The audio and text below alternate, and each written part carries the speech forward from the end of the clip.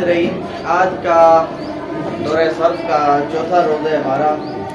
تو فعل کی زمانے کے اعتبار سے ہم نے اقسام پڑھی تھی۔ تو فعل کی زمانے کے اعتبار سے 3 قسمیں تھی: فعل ماضی، فعل مضارع اور فعل امر۔ فعل ماضی، فعل مضارع اور فعل امر۔ کل ہم نے ماضی کی 6 اقسام پڑھی اور اس کے ساتھ فعل مضارع کے صیغوں کی علامات پڑھی۔ تو فعل مضارع سے ہی مزید آگے کچھ اور گردانیں بنتی ہیں، ان سے متعلق آج پڑھیں گے۔ حروف نواصب یہ کتنے ہیں؟ یہ 4 ہیں: ان، لن، کئی، اذن۔ ان کا کام کیا ہے؟ ان کا کام یہ ہے کہ یہ فعل مضارع پر داخل ہوتے ہیں اور 5 صیغوں کے آخر میں نصب دیتے ہیں، 7 صیغوں کے آخر سے نون اعرابی کو گرا دیتے ہیں اور 2 صیغوں میں کوئی عمل نہیں کرتے۔ 2 صیغوں میں کوئی عمل نہیں کرتے۔ تو ان میں جو حرف ان ہے، حرف کئی ہے، حرف اذن ہے، ان سے متعلق اگر یہ فعل مضارع پر داخل ہوں تو اس کا کوئی الگ سے اس گردان کو نام نہیں دیا جاتا، اس کی الگ سے کوئی گردان نہیں چلتی۔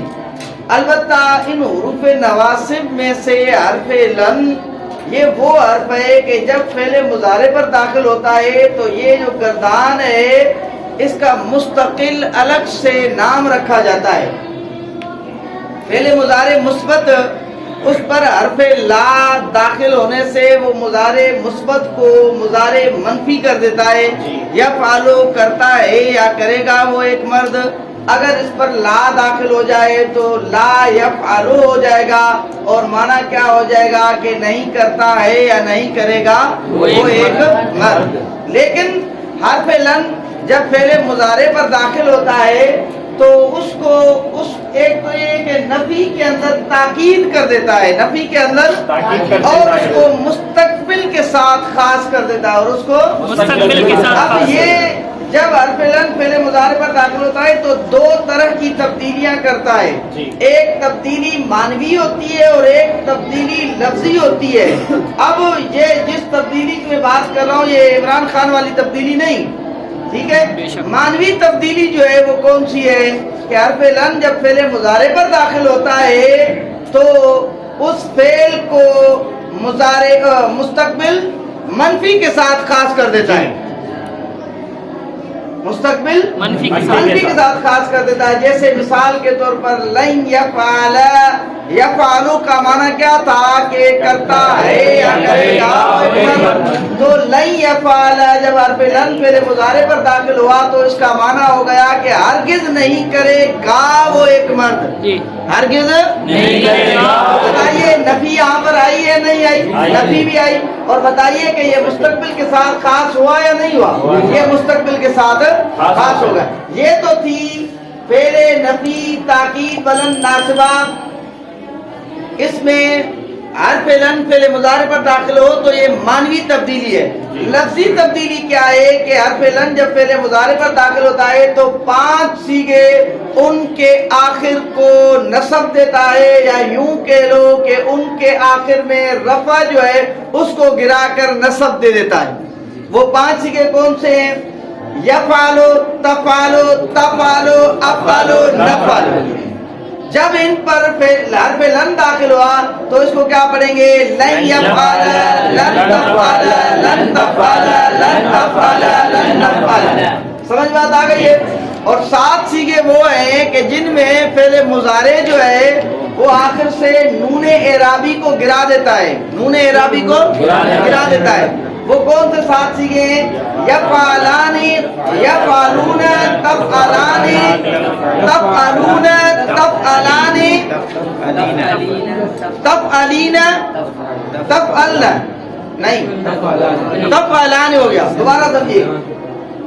یفعلان، یفعلون، تفعلان، تفعلان، تفعلون، تفعلین، تفعلان۔ سمجھ بات آ گئی ہے؟ تو حرف لن جب ان پر داخل ہوا تو لن یفعلا، لن یفعلو، لن تفعلا لن تفعلا لن تفعلوا لن تفعلی لن تفعلا. سمجھ بات آ گئی. اور دو سیغوں میں حرف لن عمل نہیں کرتا. وہ کون سے سیغے دو؟ جمع مؤنث غائب و حاضر. کیوں نہیں عمل کرتا؟ کیونکہ وہ مبنی ہوتے. وہ کیا ہوتے ہیں؟ مبنی ہوتے. سمجھ بات آ گئی ہے؟ ٹھیک ہو گیا. تو فعل نفی تاکید بلند ناصبہ وہ فعل ہے کہ جس میں مضارع کو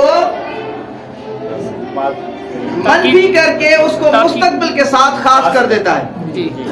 وہ فعل کہ جس میں مضارع کو منفی کر کے اس کو مستقبل کے ساتھ خاص کر دیتا ہے. سمجھ بات آ گئی ہے؟ یہاں تک تو تھی حروف نواسب میں سے حرف لن سے متعلق بس. سمجھ بات آ گئی. تو اس گردان کا نام ہے کیا؟ فعل نفی تاکید بلند ناصبہ. فعل نفی تاکید بلند ناصبہ. گردان دو رہی ہے لن یفعل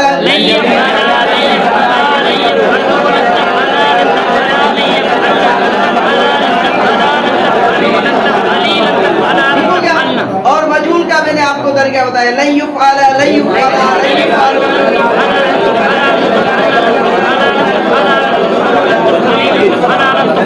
اس کے بعد ہے حروف نواسب کے بعد ہے حروف جوازم. حروف نواسب کے بعد کیا ہے؟ حروف جوازم. تو حروف جوازم کون کون سے ہیں؟ لم لما لائے نہیں شرطیہ.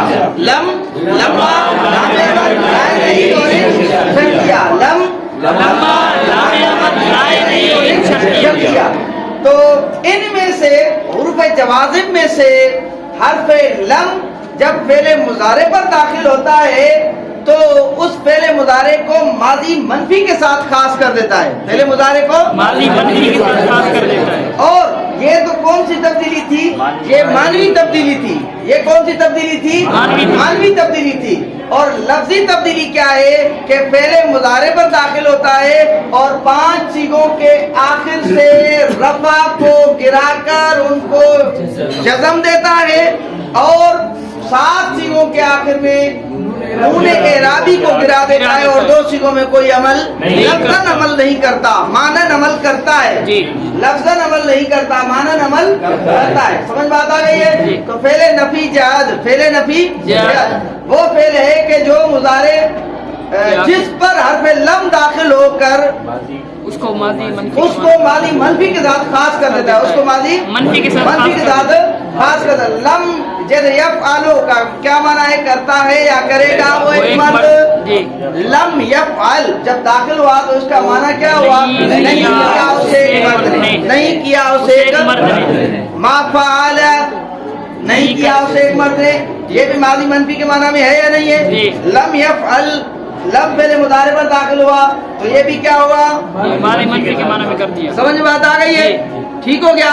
اچھا لما اس کا بھی عمل یہی ہے. ٹھیک ہے.